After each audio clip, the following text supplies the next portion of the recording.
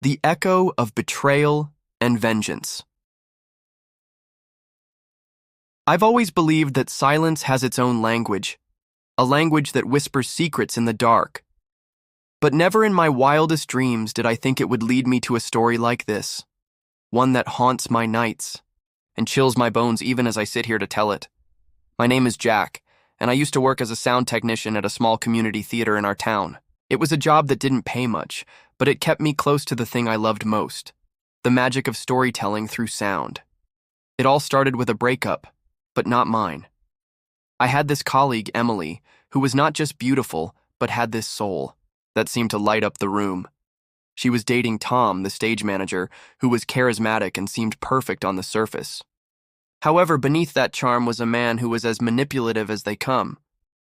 One evening after a particularly grueling rehearsal, I was packing up my gear when I heard Emily crying in the dressing room. She had just found out Tom was cheating on her with one of the actresses. Heartbroken, she confided in me, revealing how he had been gaslighting her, making her question her sanity. I comforted her as best I could, but the anger I felt towards Tom was palpable. Time passed, and Emily moved on, but Tom, he didn't change. He continued his manipulative ways, now targeting other staff and actors. I watched, biding my time, knowing that silence could be my ally. One day, an opportunity presented itself. We were setting up for a new play where the theme was revenge. Ironic, right? The production required extensive use of sound effects for an eerie, atmospheric setting. I decided to use this as my canvas for retribution. I started recording Tom. His voice, his laughter, his sweet nothings whispered in darkness to others, his cruel words when he thought no one was listening. I collected these sounds, these betrayals, into what would be known as the echo files. The play opened, and it was the night I decided to let my revenge take its course. I had rigged the sound system to play back these recordings at key moments during the play. Not just any recordings, but those twisted into layers of distortion, making them sound like they were from beyond the grave. The climax of the play was a scene where the protagonist discovers betrayal.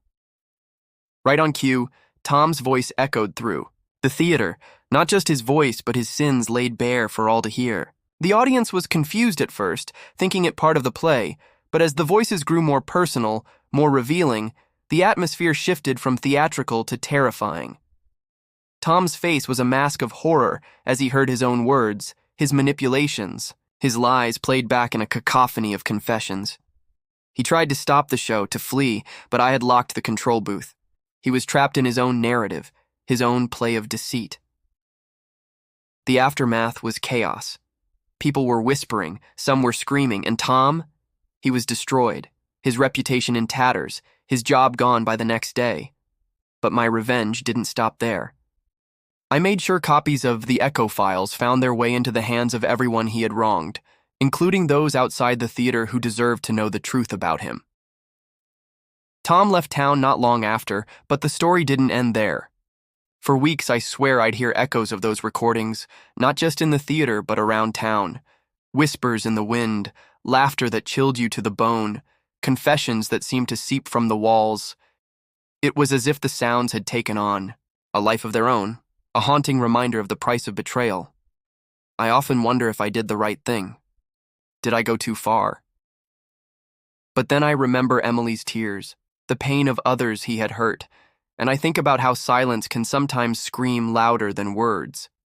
So, if you ever find yourself in our little theater and the lights dim, listen closely. You might just hear the echoes of betrayal, a chilling reminder that in the quiet, truth finds its voice.